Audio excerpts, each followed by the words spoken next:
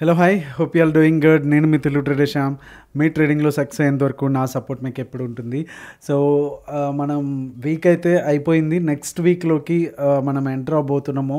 So Nifty and bank Nifty, అదేవిధంగా సెన్సెక్స్ కూడా ఎటువంటి ప్రైస్ యాక్షన్ పరంగా కావచ్చు అండ్ ఫిబొనాచి పరంగా కావచ్చు ఆర్ బోలింజర్ బ్యాండ్స్ పరంగా కావచ్చు ఎటువంటి హింట్స్ ఇస్తున్నాయి అండ్ డేటా ఏం చెప్తుంది అనేది మనం ఈరోజు విశ్లేషించే ప్రయత్నం అయితే చేద్దాము.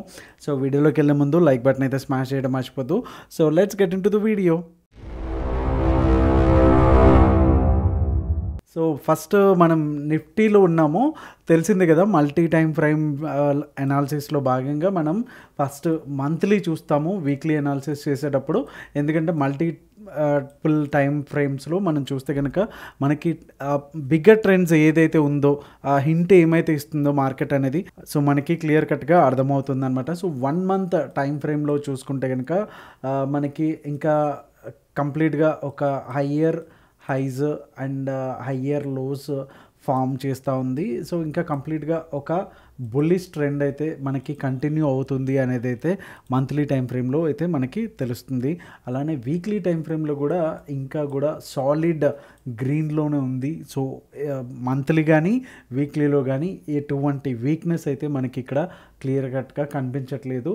ఓన్లీ ఏదైతే ఈ 24,000 లెవెల్స్ బ్రేక్ అవుతాయో అప్పుడే మనకి కొంత వీక్నెస్ అనేది రావడానికి ఛాన్స్ ఉంటుంది. సో అప్పటి వరకు కూడా మనకి రివర్సల్ సైన్ అయితే ఏది కూడా లేదు. అలానే డైలీ టైం ఫ్రేమ్లోకి వెళ్ళిపోదాం. సో డైలీ టైం ఫ్రేమ్లో కూడా మనం చూడొచ్చు కంప్లీట్గా.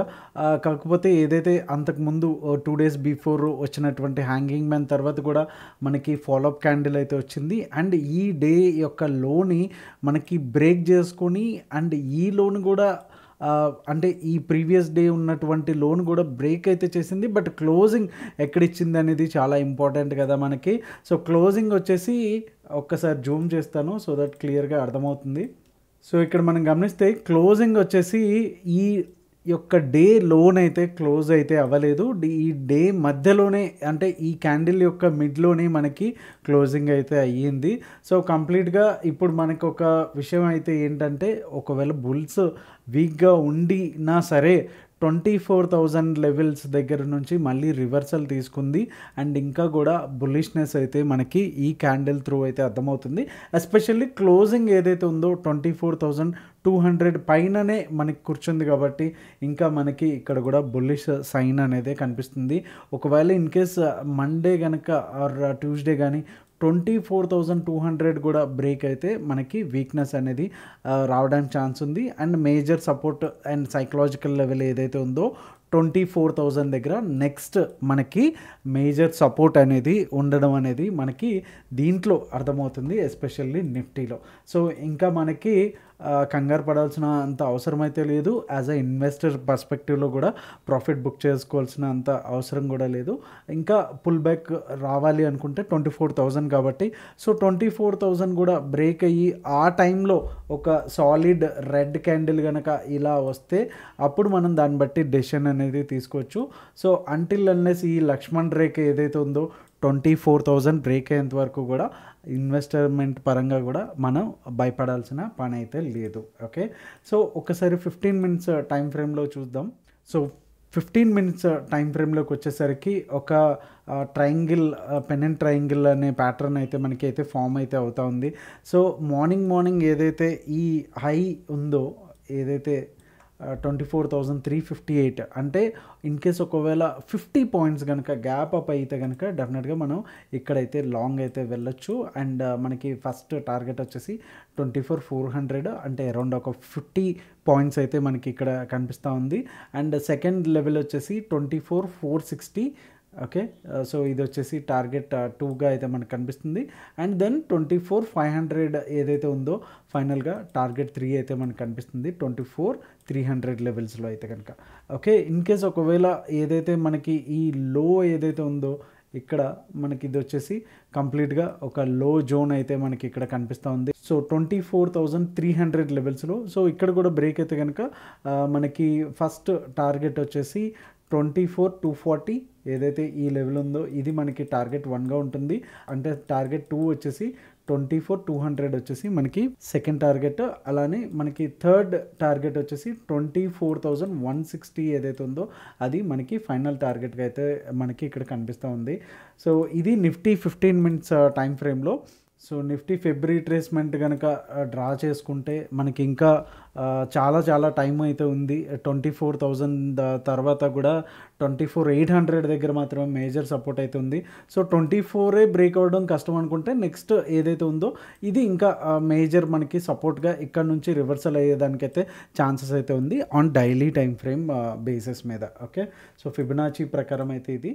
సో బేసిక్ బోలింజర్ బ్యాండ్స్ వేసుకున్నా కానీ ఇంకా కంప్లీట్గా మనకి ఫుల్గా ఓవర్ బాట్ జోన్కి అయితే ఇంకా రాలేదు కరెక్షన్ తీసుకోవడానికి. సో బోలింజర్ బ్యాండ్ ప్రకారం చూసుకున్న మిడ్లో ఉన్నటువంటి ఏదైతే సపోర్ట్గా యాక్ట్ చేసేది 23,800 లెవెల్స్లోనే మనకి ఇక్కడనే రివర్సల్ అవ్వడానికి కూడా ఛాన్సెస్ అయితే ఉన్నాయి. సో ఫిబొనాచితో పాటు బోలింజర్స్ బ్యాండ్ కూడా మనకి చూపిస్తుంది ఇది. సో ఒకసారి బ్యాంక్ నిఫ్టీకి అయితే వెళ్ళిపోదాం. సో బ్యాంక్ నిఫ్టీలో కూడా కొంతవరకు టాప్ నుంచి అయితే తీసుకుంటా ఉంది. సో సపోర్ట్ ఇక్కడ వచ్చేసరికి యాజ్ పర్ బోలింజర్ బ్యాండ్ 51,600 ఉంది. సో మనం ఒకసారి మల్టీ టైం ఫ్రేమ్ అనాలిసిస్తో స్టార్ట్ చేద్దాం. సో ఇక్కడ మనం మంత్లీ టైం ఫ్రేమ్లో ఉన్నాము బ్యాంక్ నిఫ్టీకి వచ్చేసరికి. సో ఇక్కడ కూడా మనకి సాలిడ్గానే లాస్ట్ మంత్ కంటే కూడా higher highs and higher lows అది కన్ఫర్మ్ అవుతుందా లేదా అనేది కనుకంటే ఇప్పుడు కంప్లీట్గా ఏదైతే ఒక రేంజ్ అయితే ఫామ్ అయితే చేసేసింది ఎలక్షన్ మంత్ ఏదైతే ఉందో ఆ మంత్లో. సో కంప్లీట్గా 46,000 54,000 చాలా హ్యూజ్ అనేది ఒక ఇన్సైడ్ బార్ రేంజ్ అనేది అయితే చేసేసింది. ఓన్లీ ఇన్ కేస్ ఒకవేళ 54,000 కనుక బ్రేక్ అయితే డెఫినెట్గా సాలిడ్గా బ్యాంక్ నిఫ్టీ రన్ చేయడానికి అయితే ఛాన్సెస్ అయితే ఉంటాయి. అండ్ కమింగ్ అప్ డేస్లో 60,000 62,000 కూడా ఈజీగా రీచ్ అయ్యేదానికి కూడా ఛాన్సెస్ అయితే ఉన్నాయి. But at the same time ఒకవేళ మనకి డౌన్ సైడ్ వెళ్తుంది అనుకుంటే కనుక లైక్ 50,000 అండ్ 48,000 46,000 వచ్చేసి మనకి పొజిషనల్గా మేజర్ లెవెల్స్ అనేది ఉంది. సో ఈ వీక్లోనే కంప్లీట్గా వచ్చేస్తుందా అంటే దట్స్ నాట్ ద థింగ్, అలా వర్క్ అయితే అవ్వదు. బట్ ఓవరాల్గా చూసుకుంటే కనుక మనకి ఈ క్యాండిల్ యొక్క ఇది అంత ఉంది కాబట్టి సో కొంచెం టఫ్ అనే చెప్పొచ్చు ఎక్కడి వరకు వెళ్తుంది అనేది. సో వీక్లీ టైం ఫ్రేమ్లో చూసుకుంటే కనుక కంప్లీట్గా అన్నీ కూడా higher lows and higher highs form చేసుకుంటానే వెళ్తూ ఉంది. మంచిగానే అప్ ట్రెండ్ అయితే కంప్లీట్గా అనేది ఇక్కడ కూడా మనకి కనిపిస్తూ ఉంది డైలీ టైం ఫ్రేమ్లో. అండ్ క్యాండిల్ కూడా చూసుకుంటే కనుక అంత సాలిడ్ గ్రీన్ క్యాండిల్ లాగా ప్రీవియస్గా 2 వీక్స్ గ్రీన్ క్యాండిల్ లాగా అంత అయితే లేదు. బట్ రిజెక్షన్ అయితే అప్పర్ లెవెల్స్లో ఏదైతే 53,300 లెవెల్స్లో అండ్ ప్రీవియస్గా కూడా వీక్లీ క్యాండిల్ కూడా సేమ్ 53,150 రేంజ్లోనే అక్కడనే ఉంది. సో 53,000 వచ్చేసి చాలా crucial levels for the coming up next వీక్కి. ఇన్ కేస్ ఒకవేళ 53,300 కూడా ఈసారి కనుక సాలిడ్ వాల్యూమ్తో కనుక బ్రేక్అవుట్ చేయలేకపోతే ఇక్కడ నుంచి కూడా మనకి రివర్సల్ అవ్వడానికి ఛాన్సెస్ అనేది ఉంటాయి. సో మనం ఇక్కడ జాగ్రత్తగా గుర్తుపెట్టుకోవాల్సిన లెవెల్స్ ఏంటంటే 53,000 లెవెల్స్ దగ్గర బ్యాంక్ నిఫ్టీ ఎలా బిహేవ్ చేస్తుంది అనే దాన్ని బట్టి మనకి నెక్స్ట్ మూవ్ అనేది ఉండబోతుంది అనమాట. సో అలానే డైలీ టైం ఫ్రేమ్లోకి వెళ్ళిపోదాం.